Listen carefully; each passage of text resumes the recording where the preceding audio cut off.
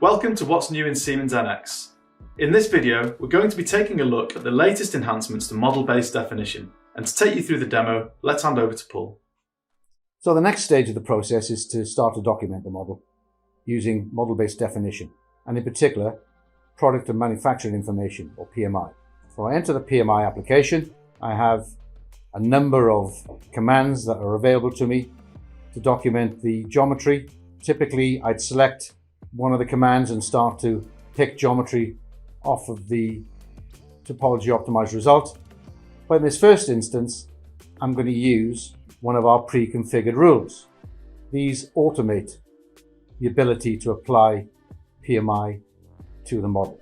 So in this instance, I'm going to look at creating the size on all of the holes in my model. I invoke the rule.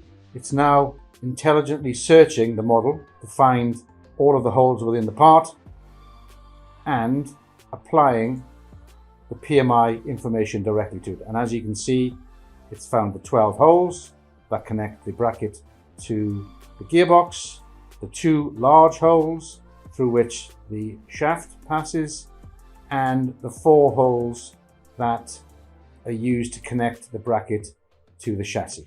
Now, as I said, there are a number of other commands that we can use. So if I want to add further PMI, again, I can just pick geometry directly off of the model.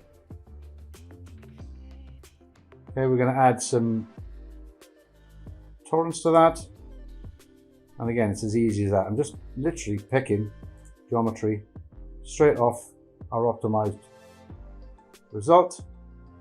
So we could continue, obviously, to completely and fully document the model, but you get an idea in this demonstration of some of the power of being able to apply and fully document a model with PMI, either manually or with one of the pre-configured rules that we have at our disposal.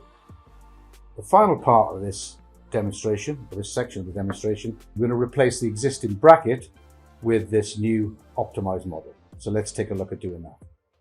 Okay, we'll pull up our sub-assembly that contains the bracket, the original bracket. And the first thing I want to do is to remove that. I can also remove these other components. Let's add our single piece bracket in.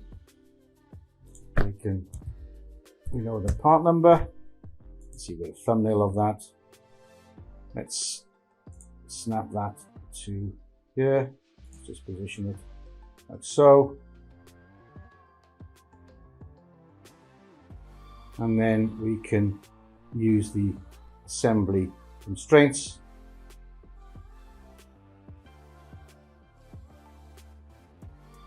And there we have it.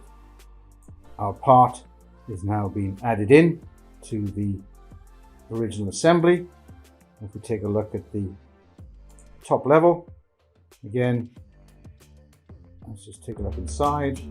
You can see that our new bracket fits nicely within the overall assembly. I've completed my tasks. I've done the topology optimization study. I've then done some modification to the result, adding some NX features, adding some PMI, and now I'm going to hand it over to my colleague Ashley, who's going to check to make sure that it's 3D printable. Thanks for watching. In the next video, we'll be taking a look at the latest enhancements to additive manufacturing. We hope you enjoyed this video, and we'll see you in the next one.